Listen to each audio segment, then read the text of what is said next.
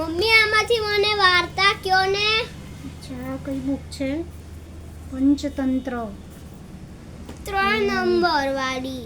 લેખક કોણ છે? યોગેશભાઈ જોશી. કોણ છે? યોગેશભાઈ જોશી. કઈ 3 નંબરની? હા. 3 નંબરની કઈ છે? સાપની દોસ્તી ભારે પડી.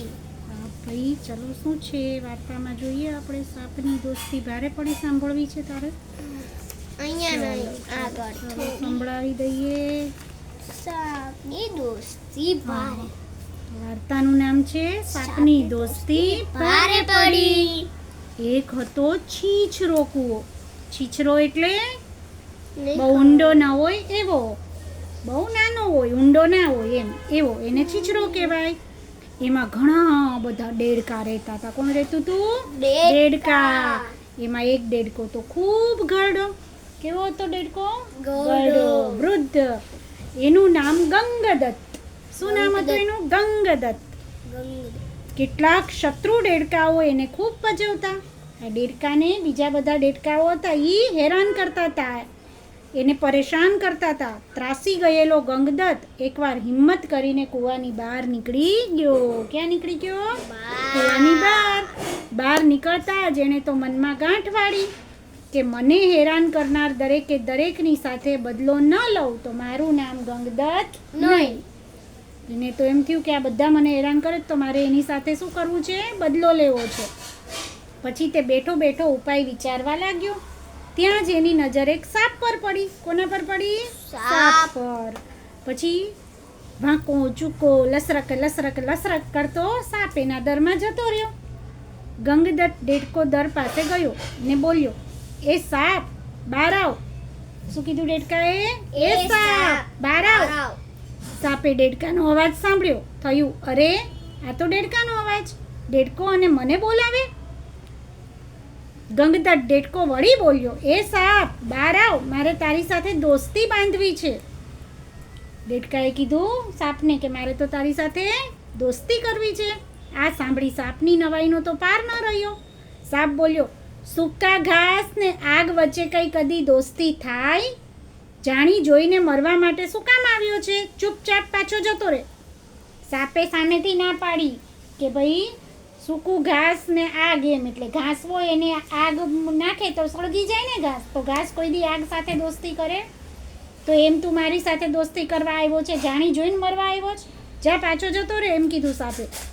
ગંગદત્ત દેડકો બોલ્યો, મારે શત્રુઓ સાથે બદલો લેવો છે ને માટે તારી જરૂર પડી છે. ખરેખર મારે તારી સાથે દોસ્તી બાંધવી છે. સાપે પૂછ્યું, બોલ કોણ છે તારા શત્રુ? એ ક્યાં રહે છે?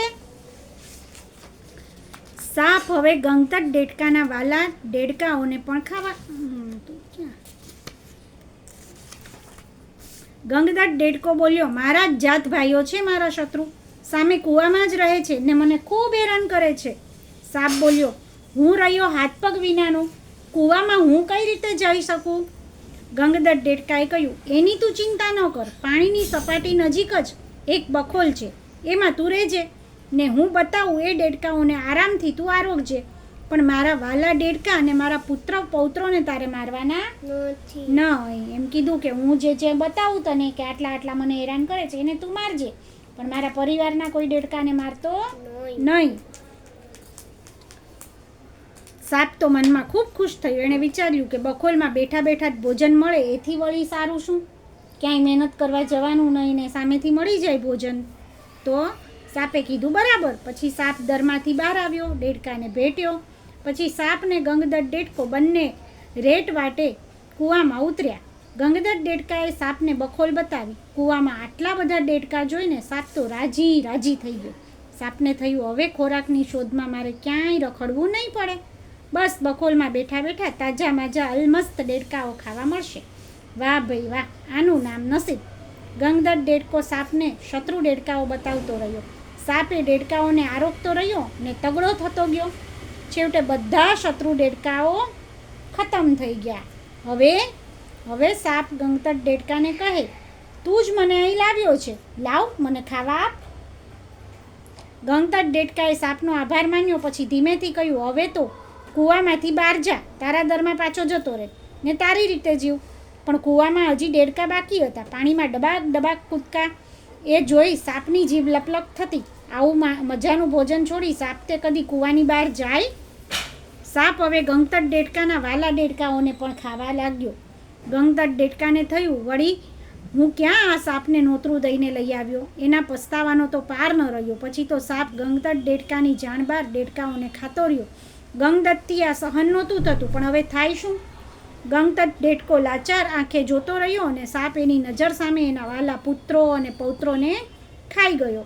ગંગદત્તનું કાળજું કોરાઈ ગયું. ગંગદત્તના આંસુઓ રોકાતા નહોતા. છેવટે કૂવામાં ગંગતટ દેડકો એકલો જ બાકી રહ્યો. સાપ ફૂફાડો મારીને બોલ્યો, હે મિત્ર ગંગદત્ત, બહુ ભૂખ લાગી છે, મને કંઈ ખાવા આપ. ગંગતટ દેડકાને થયું, હવે વધુ સમય અહીં રહેવા માટે યોગ્ય નથી. આ સાપ હવે મારોય કોળિયો કરી જશે, માટે બચવાનો કોઈ ઉપાય જલ્દી વિચારવો પડશે. ગંગદત્તે થોડીક ક્ષણ કંઈક વિચાર્યું ને પછી એણે જવાબ આપ્યો, હું તારા ખોરાકની ચિંતામાં જ છું. હું બીજા કૂવાના દેડકાઓને સમજાવીને અહીં રહેવા માટે લઈ આવું, પછી તારે કાયમની નિરાત. સાપ ગંગદત્તની વાત સાંભળીને રાજી થઈ ગયો. તે બીજા કૂવાઓના દેડકાઓના આવવાની સુખદ કલ્પનામાં ખોવાઈ ગયો ને ગંગદત્ત દેડકો રેટમાં કૂદ્યો અને રેટ વાટે કૂવામાંથી બહાર નીકળી અને ગયો ને સાપ પછી જોતો જ રહી ગયો. આમ સાપની દોસ્તી ગંગદત્તને ભારે પડી.